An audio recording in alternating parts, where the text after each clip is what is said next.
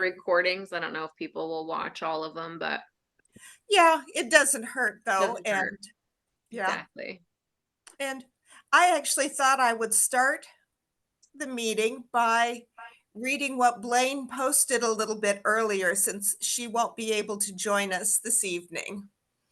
And so um, she had commented that I have thoroughly enjoyed the book so far, and my first impression was just how much I have in common with the author. I live by lists and check boxes and productivity. Nothing wrong with trying to be organized, but there is something wrong if you ignore the actual world around you. Reading this book has taken me back to some mindfulness practices I learned 7 years ago when working with a psychologist on my chronic insomnia. I have been revisiting those things alongside reading this book. So I thought that was a lovely, lovely sentiment. That is nice. Hmm. So, and then I'm just going to open it up to whoever would like to share. I I'm gonna guess I'll enjoy not start. going first. Okay. I, I found the book really interesting and in some ways hard to read. It's like when I was headed upstate and traveling and stuff, I got through the first part, the part on, on vision. Then got sick and all that stuff. It's only been the past few days that I've gotten through the one on hearing and listening and stuff. And it really struck me because even though I have a much different interest in music than she did, music kind of got me through adolescence and stuff. And I really have always seen it as a real mood changer and stuff. But the part about listening to others really hit me, like the just,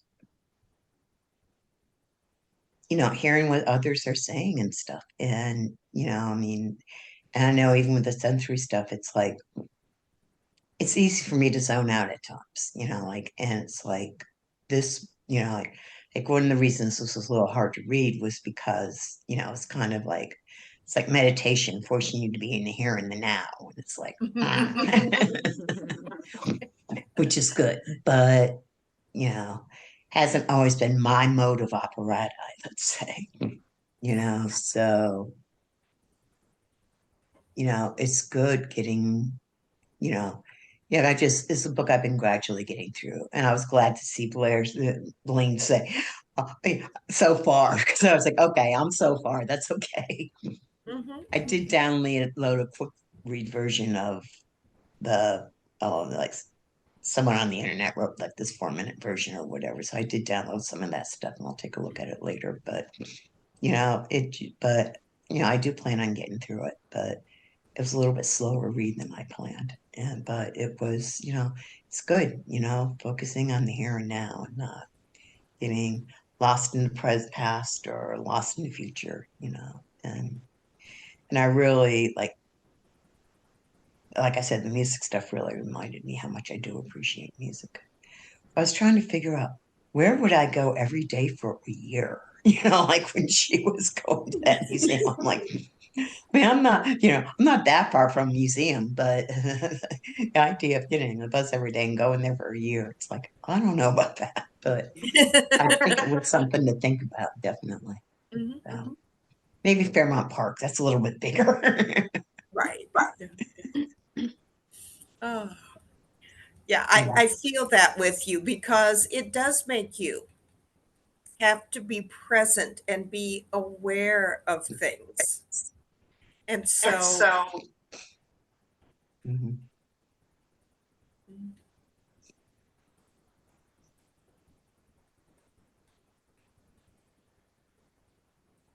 Amanda, were you wanting Oh, to share any of oh, anything? sorry.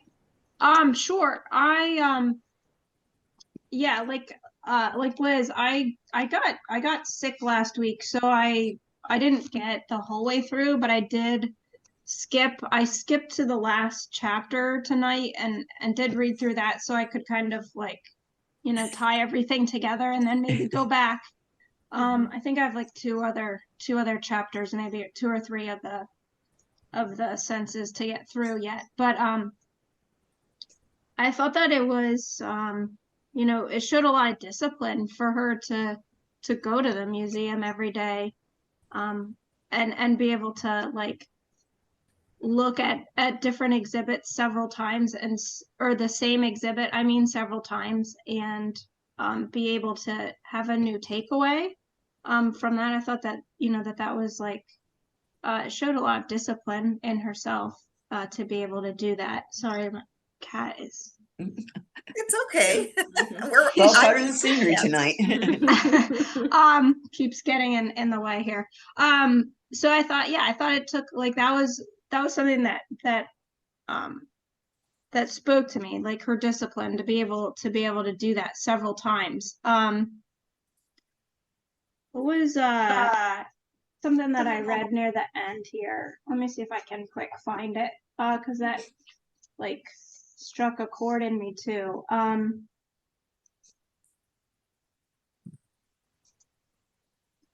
When she was talking about awe and how that was such an intensely gratifying emotion, and that research shows that people who experience awe more frequently show more humility and more creativity, have a greater sense of well-being and desire to connect with others, and even have a better immune health. Awe decreases anxiety and stress. And so that really spoke to me.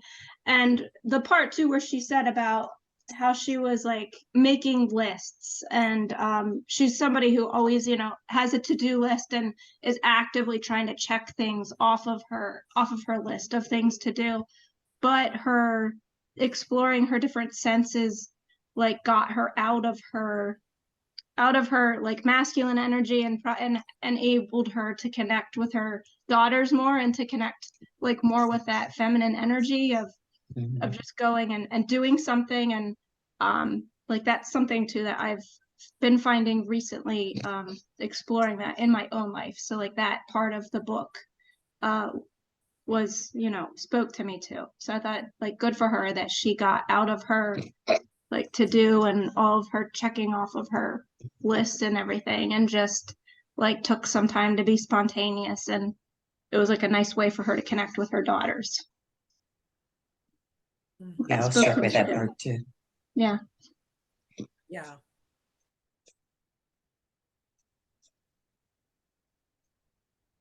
Mhm. I also really liked Yeah, that. it is I a would- oh, yeah. Oh, go ahead. Yeah, no, mine is my computer is freezing up, and so I may have lost a little bit. So go ahead, Jessica. Okay. Yeah, first I just want to say I really enjoyed this book. I am still like have one more chapter to go, which is probably the chapter that Amanda just read. So I love that you just read a part of that, because I resonated with what you just said about awe. And I think that was the thing that excited me about this pick, is because there is something in me that is very much like, I just want to be, there's so much awe to be experienced in this moment. And even that part about the boring parts of the museum, or the parts that you just take for granted, the old artifacts or whatever, that when you look more closely, the bull, how the bull with the feet is tilted in a certain way, and you could tell that it was meant to be funny. And starting to kind of find that human thread throughout like her visit to the art museum. I mean, there's like a lot of things I could say about it. Like at first it's just like kind of a very casual book.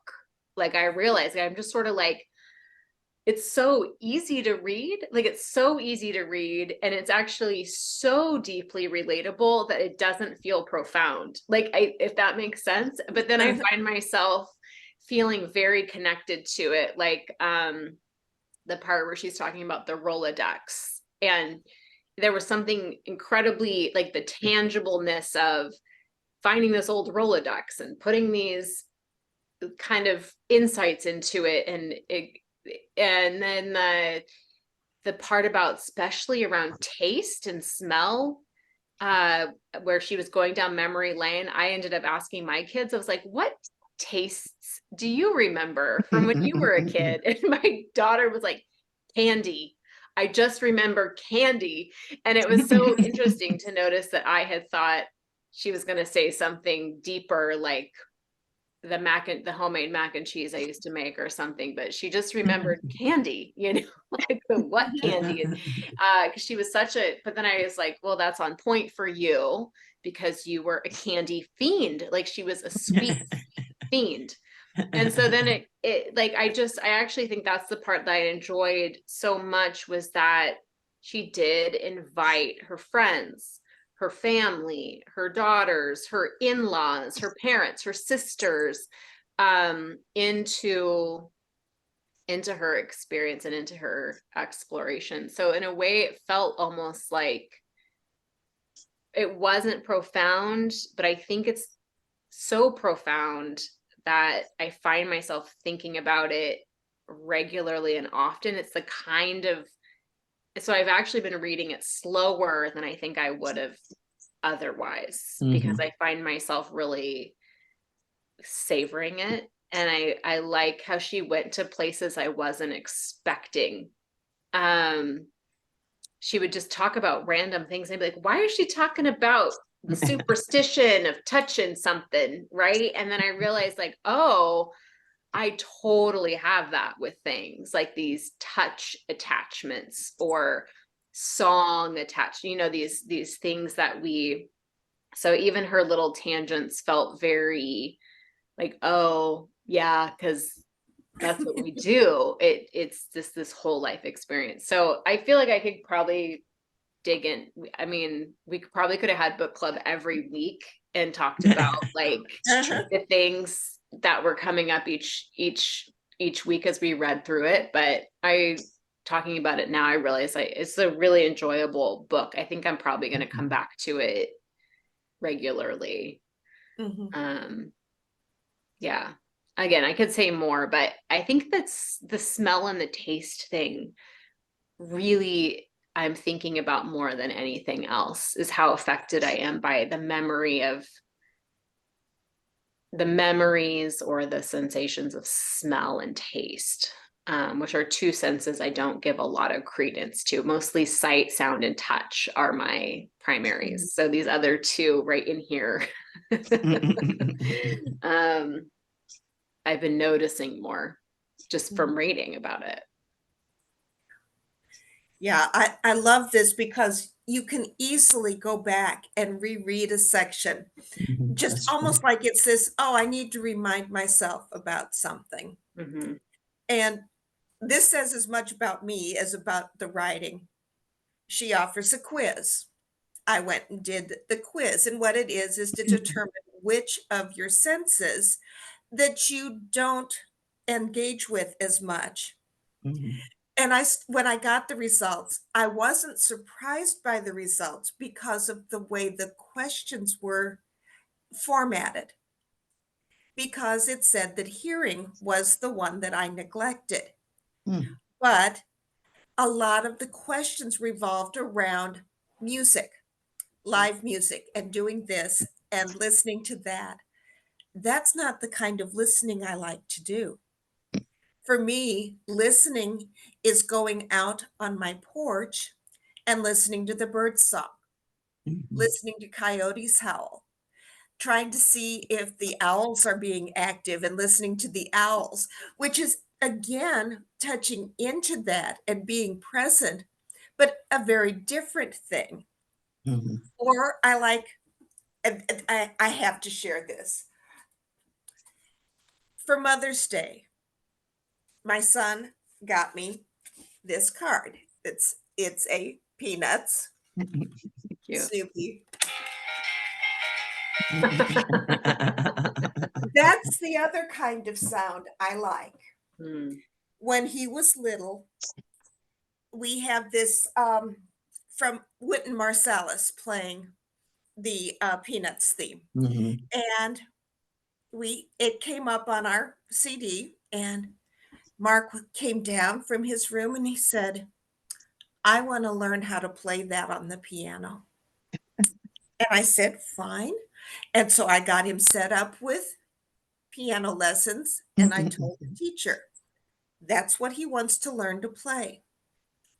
Within 6 weeks, she had found a modified version for a beginner. And so he learned to play that. And then as he improved, she found the next level up and he learned to play that. And he got to Wow. where he could play the whole thing. So music that brings back memories like that is really, Yeah, really it's really something. important to me. Mm. But I would recommend going and taking the quiz because it is fascinating to see what choices you make. Is that Mhm. on her website? It is. And okay, Jessica, you get to laugh at me. I've told you over and over, I don't like to journal. I really don't like to journal. So here is her 5 senses journal. Oh, it's beautiful. Oh, First off, wow. yeah. And it's set up, it is a 6-month journal. And each month you will focus on one. You're doing all 5 Mhm. senses, but you're really focusing on one sense more for that month. But at the end of each month, she also has her 5 senses portraits. And this shows you how tactile I am. When I got this and I picked it up, I was amazed at how heavy it is. But she used really good heavyweight paper, so there'd be Mhm. no bleed through or anything like Mhm. that. Mhm. And so the tactile in me is loving this. Mm. And I also did sign up for her weekly email. And so today she was talking about people taking a format like that, the 5 senses portrait. And she said, and using it in a way she'd never even thought about. She was doing it. She did one for her husband. She did one for each of her children, for her, for her sister. She says, but people are telling me they're using that 5 senses portrait to recreate memories of a loved one that's passed on. Mm. And that to me was so beautiful. Mm. Mhm. So, Makes you so want to that's start another. crying. Yeah, it does. Because once I read that, it's this, oh, it would be like doing my grandpa, because bacon and eggs would be what I would immediately think of for the smell, because he fixed Mm. breakfast for me every morning from the Mhm. time I started going to school until I graduated high school. Wow. And that, oh, Mhm. so neat. That's beautiful. Yeah, it's really simple. So, yeah, you may notice I tend to go overboard on things. But It's just right though. You fully do you fully do things. That's what yeah. you do. You fully do it. And I must admit, even though I always say I don't like journaling, I'm a sucker for good journals. Yeah. Oh, but I also brought show and tell. Yeah, you're right. I fully engage. So for taste, it is my 85% dark chocolate, and these are they're beautifully done, that shape. But again, taste is so intimately connected with smell too. That's So true. there's that. Actually, for smell, it's my red wine, because I get as much pleasure from smelling it. Or like my mom, she absolutely adored the smell of my dad's scotch. Couldn't stand the taste of it, but she loved the smell of good scotch. She Um, didn't Gretchen say that in the book too? She said that about her husband's scotch, right? yeah, Mm. she loved the Yeah. smell of scotch. Yeah. Yeah. And of course, for me, sound would be again my singing bowl or Mhm. my card here. For smell, Jessica, you might recognize this. Yes. It's Yeah. it's a homemade solid perfume that I made. And so I had fun with that just, and of course, for me, I am pretty visual. So I have pictures everywhere. You can see the cross stitch behind me that I had done. And touch was, here it is, one of my crystals. Mm. Because feeling the coolness of it, how Mhm. it warms up when you hold it, the weight of it, in this case, the shape, because it's such a nice shape to play with. So I found that I'm playing with it more, Mhm. Mm. that I'm taking the time when I make a pot of tea in the morning. I don't just throw the tea leaves into the pot. I smell them first. Mhm. Mm. And so Well, I that's the I one did thing. love that about what she talked about, the scene where she was like at the buffet and she like leaned in to smell the soup and got like a weird look from the other people in the buffet. And like I think that one of the things that that really brought me back to myself in the book was remembering what I was like as a child. You know, how as a kid, we just are fully just, we touch it, we smell it, we lick it, we look Mhm. at it, we hear it, we're just so tactile with it. And so we sort of like all these barriers have sort of been put in front of me, I think, throughout my life. And then now I sort of self regulate in that sense. But I liked that she even went to a meeting and then asked if she could have some of his zucchini chips off his plate, this random person that she didn't really know at a meeting. And it made me feel like, yeah, I think I just want to stick my nose in things more and Mhm. like literally stick my, like, just not be so concerned with like that curiosity, like being curious or being in awe, and letting that curiosity and that awe and that desire to smell it and experience it, like really start to lead from that child, I feel like the inner child started to come out a lot Mhm. in the excitement that I felt through what she was sharing. So what you just shared, Gwendolyn, about some of that just made me feel that same excitement of just, I just want to go, I think I want to go stick my nose in things, is like big, the big feeling that I have right now. Yeah. Yeah, I think like, I mean, I was focused on the music thing this week, or the listening thing, and it's like it kind of brought me back to songs that really meant a lot to me when I was a kid and stuff like that. And that was something that really, I mean, music was what got me through high school, basically.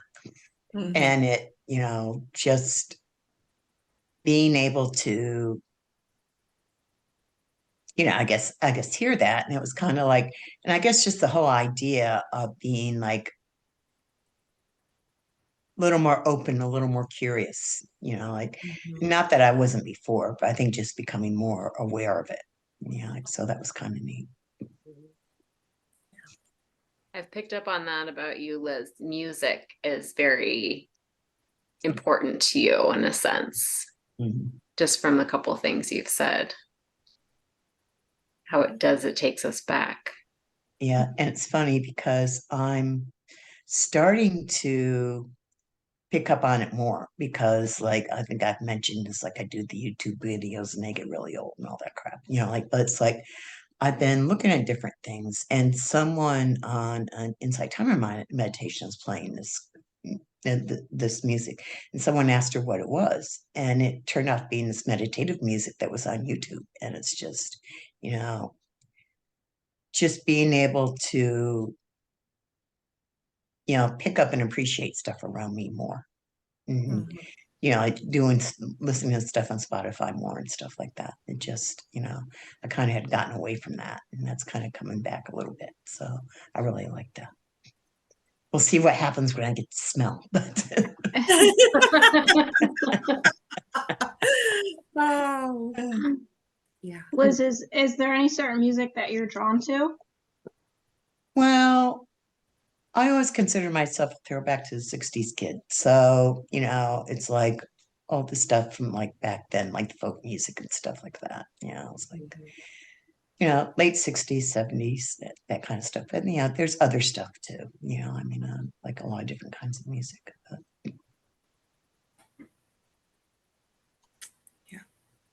definitely Amanda, a what's your 70s favorite child. form? What's that? Oh gosh, that's I can't answer that because I have like so many different. It's too difficult. I don't.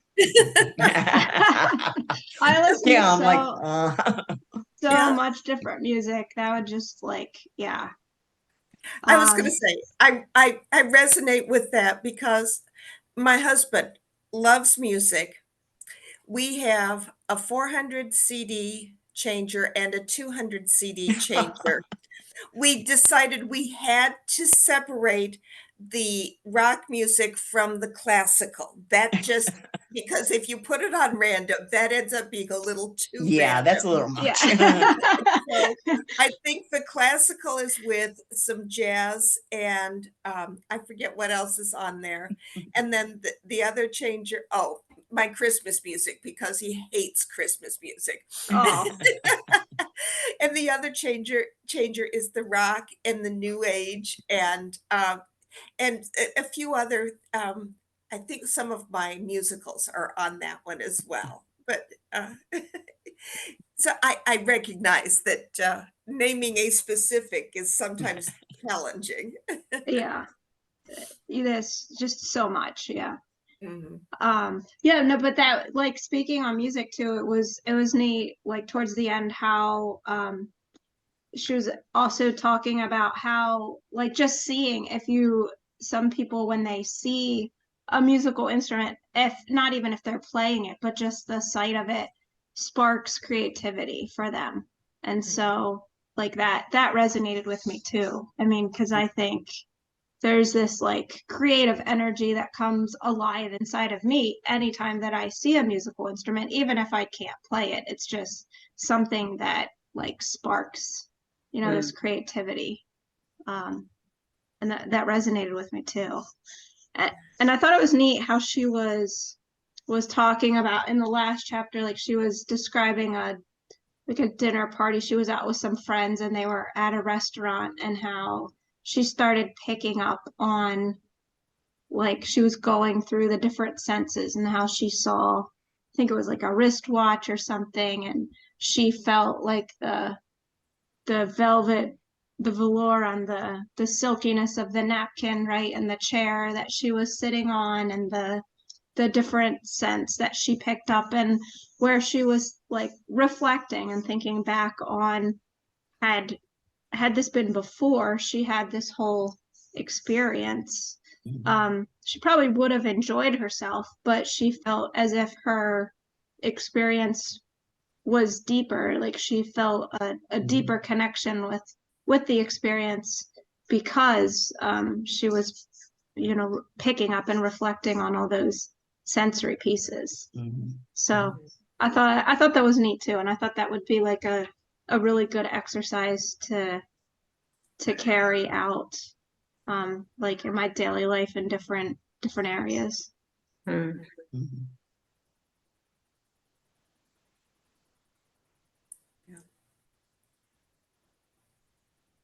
I do like the different dinner party, like the gathering, different, there's a couple of them throughout the book.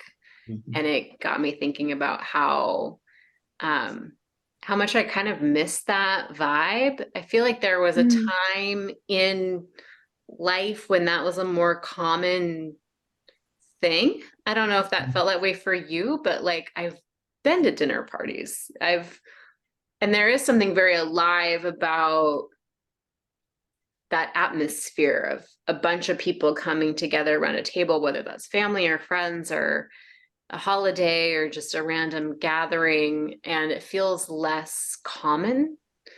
So it does feel like if that was there are these little things to pick up on. Yeah, the wristwatch or there's so much to take in that moment. I think it comes back to that awe again Mhm. of the sensory experience of all the senses happening at once.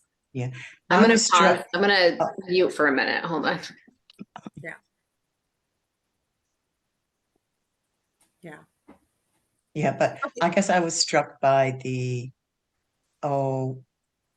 where she went out with a couple to this restaurant and the whole noise thing or whatever was just like a little much. And it was, like that one really struck me, how much atmosphere is important, how much of Mhm. that goes with sounds, and how much we're manipulated by by sound and stuff, like whether it's elevators or whatever, music stuff. That hit me when I was reading. Was it in hers on smell talking about how they'll use different scents in a store to get you to buy more things? I think It so. I think It that might- sounds familiar. Because, you notice when you go into them that each store may have a slightly different scent, but the Yeah. fact that they're manipulating it. Yeah, and they definitely talked about that in the listening part. Well, yeah, different sounds and like Mhm. different types of music they play in stores and stuff. So Right. wouldn't be surprised if they use the smells as well. Yeah. 'Cause I know that I didn't particularly notice this smells as much this past Monday.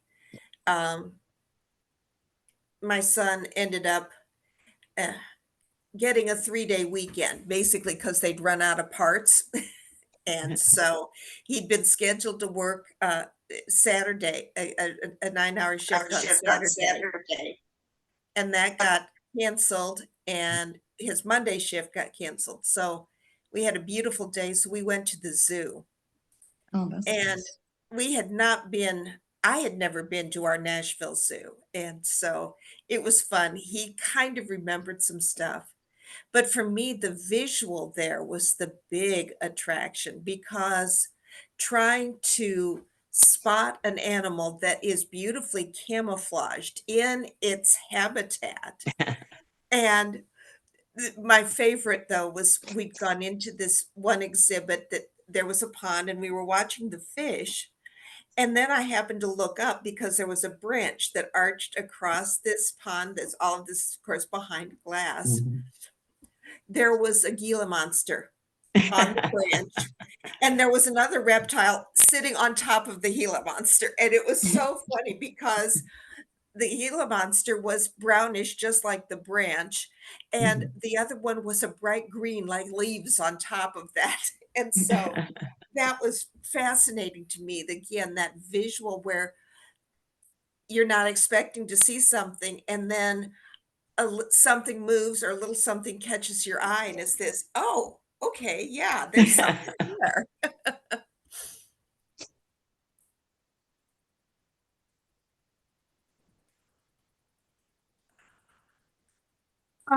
In the part too, like at the end where they were saying they went to visit the botanical garden in the middle of winter.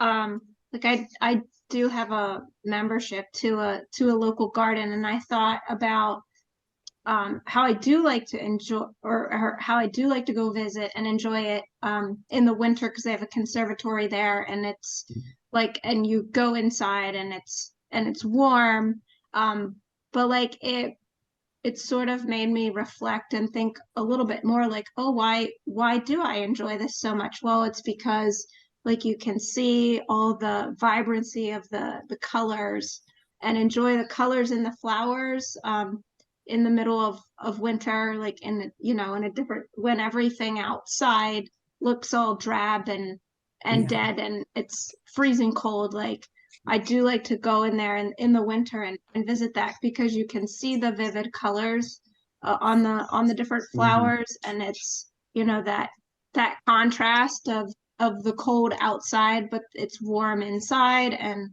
Mhm. let's see, I'm trying to think. The taste. I don't know that you could.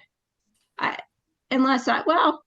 Through the smelling of some of the different flowers, I guess you could kind of like pick up a little bit of the tasting part of that, but and they don't like you to touch flowers too much, but you know, but I was like thinking, oh, like the next time that I go and visit in the winter, I might like that would enhance my experience there if I, if I think about those things too.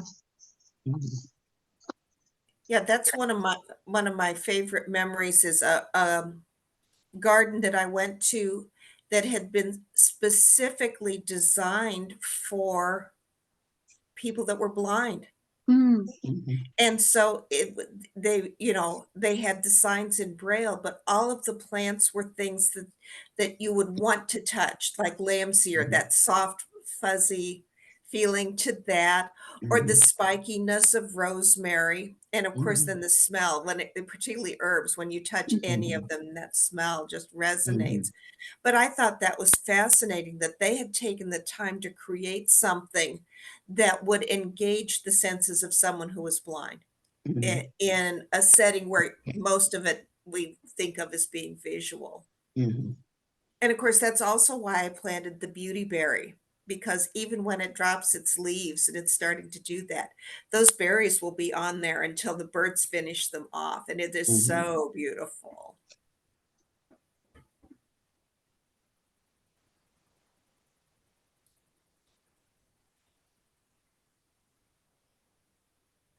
is there a reason, Gwendolyn, that you selected this book, like in particular? This is, I had, part of it is I had this stack of books that people had recommended to me. Mhm. And I was just kind of looking through that. And so I read a little bit of it first, and I was pulled in by the way she wrote and the way Mhm. she thinks, Mhm. because again, I'm very similar in terms of the lists and the check boxes Mhm. Mhm. um and I wanted to explore that more because surprisingly for me, the sense that's hardest for me is the sense of smell. And as an aromatherapist, I really need to develop that.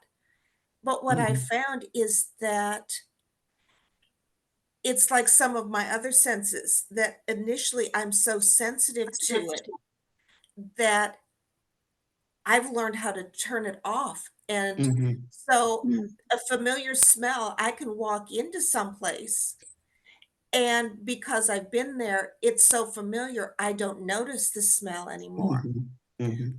An example of this, my very first year in college, I'd gotten myself a container of rose potpourri and a container of lavender. Well, I kept those open in my room, and all my friends loved to come in because they said, "Oh, your room smells so good." And I'm going, "It does?"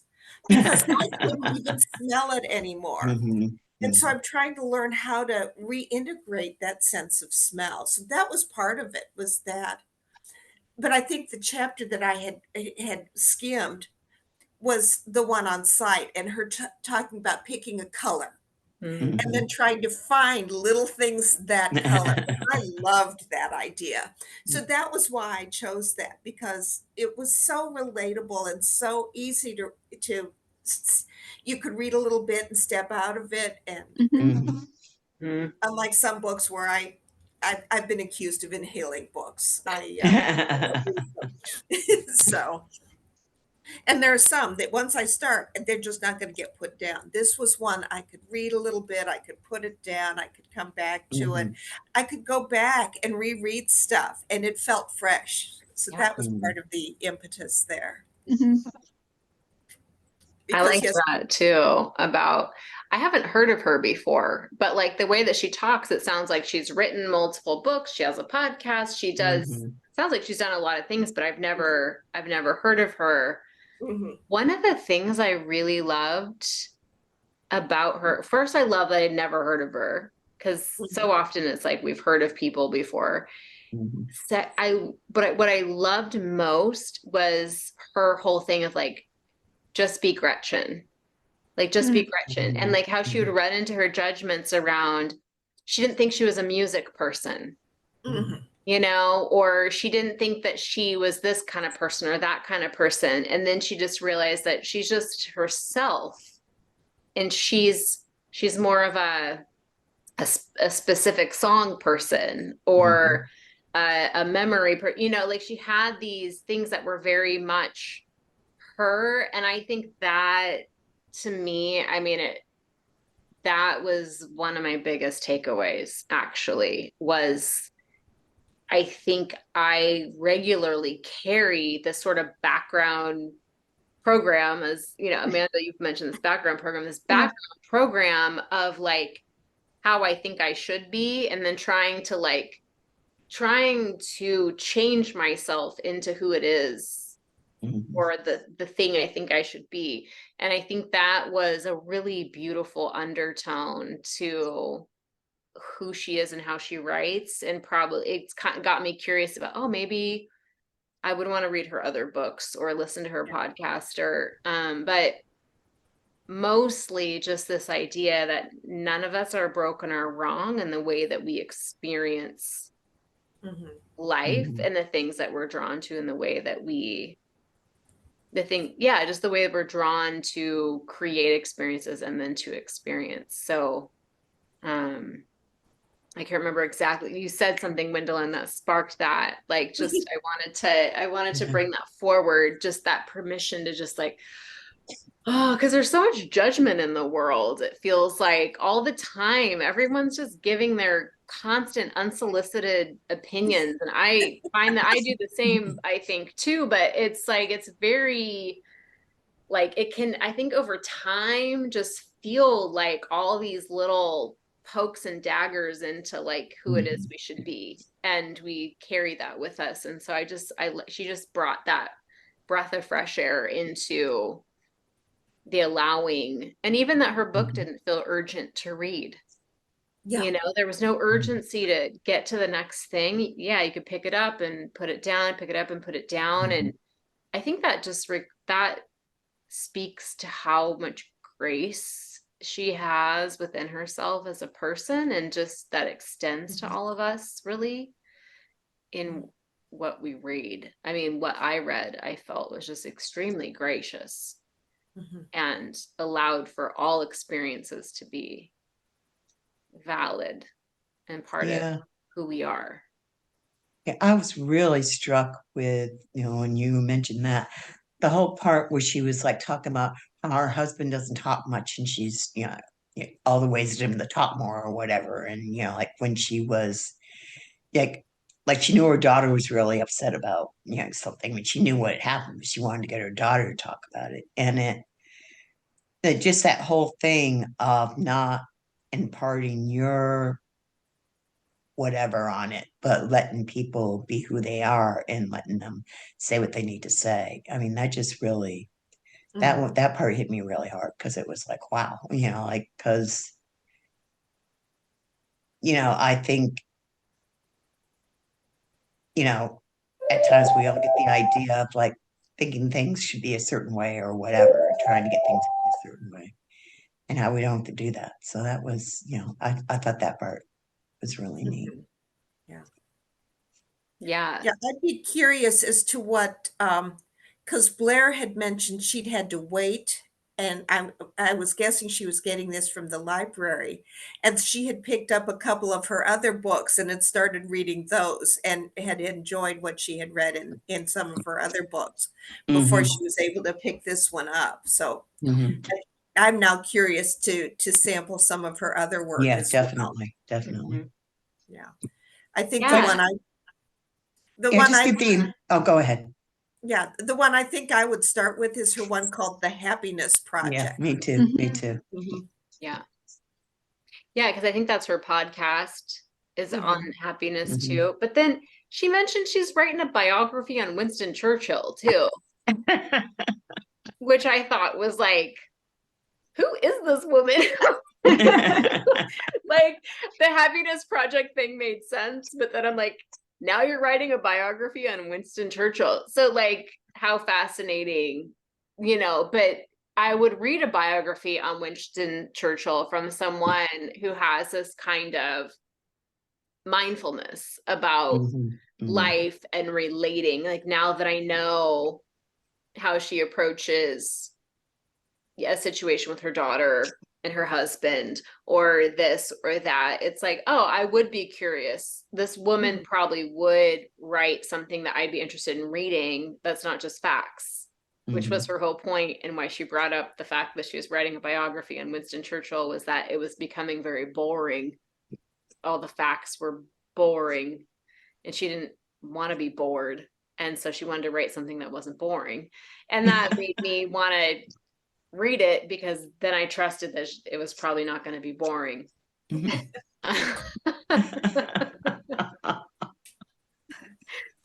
Yeah. Yeah.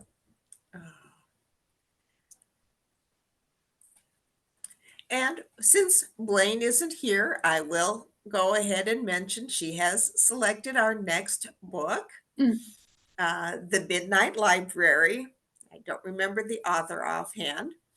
I highly recommend it, but it was one that once I started it wasn't going to get put down. You inhaled it. Yes, I inhaled that one. That came from a friend who was expressing interest in reading The Hitchhiker's Guide to the Galaxy. And I said, "Oh, you can borrow my copy." And I took it in, and he Mhm. looked at it and he says, "Wendy, I can't borrow that." I went, "Why not?" "You say you've read this." "Well, yes." "It looks like it's in pristine condition and never been touched." But that's just me. Yeah. My books are beat to shit. They're so beat up. Like all my books are so beat up, and they all have dog-eared pages and underlines, and Yeah. they're wet. They're all just a little damp because I took them to the lake or the river. Yeah. Yeah. Okay. As an example, I'll just show you, this isn't one that you would probably just pick up, but I have read this. I have taken the test on this, and it doesn't look like I've ever touched it. Brand new. But I will not write in a book. That is just one of those things that You won't mark it up.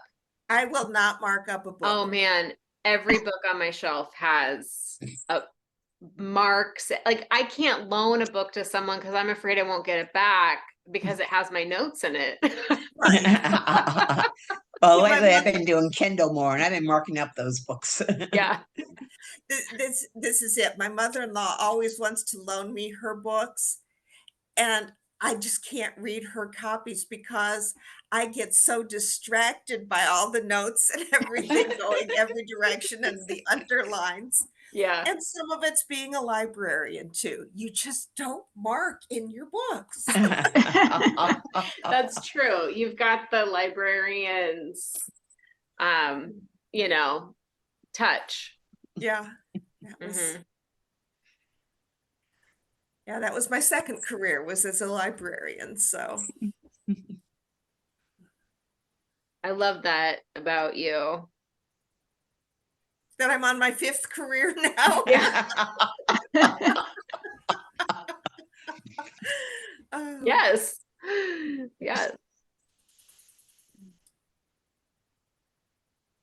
Hmm. Does anyone else have anything they'd like to share?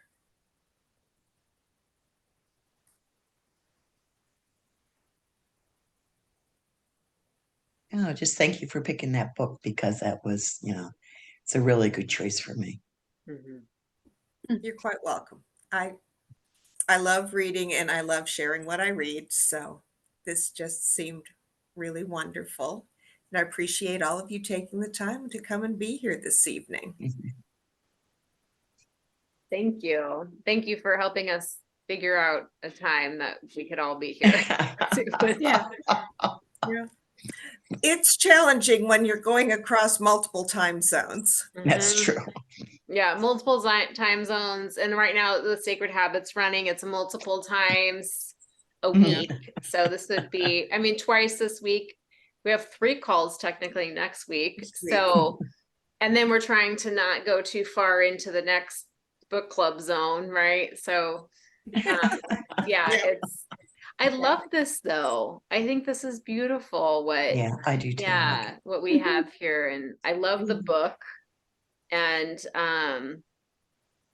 I feel like a lot of people were very curious. I'm slowly starting to eke out like little nudges of like, we have a book club, we have a thing, come, and so I think it's only gonna get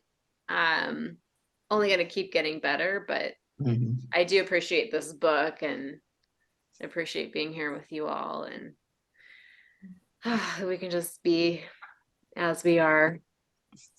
Yes. Mhm. Enjoying our Friday night glass of wine or It's whatever. so good. It's so nice. It's so nice. Yeah. Yeah. And Cheers. at least, Amanda, you don't have to get up and be at school in the morning. Yeah, That- exactly. So this worked out well for me, really, because it wasn't, I'm not asleep yet, so, and I don't have to get up early. I don't have to get up at Mhm. 5:30. So Yeah. Yeah. yeah, 'Cause both you and Liz are East Coast, right? Yeah. correct. Mhm. Yeah, So very good. Well, thank you, Wendelin. yeah. Thank you. Yeah, thanks for You're doing welcome. this. You're welcome. Hmm. I guess at this, well, all right. Bring the- We'll adjourn. I also want a bite of that chocolate you have there. Yeah, that my 85. I don't have to share it very often because most people don't like that 85% dark chocolate. I love it. Yeah. Yeah, so do I. Mhm. Very good. Mm. Have a good evening, Well, everyone. I thanks, love you everybody. all. Love you Thank too. you. Yeah. Bye. So Bye. see you next week. Next week, Tuesday.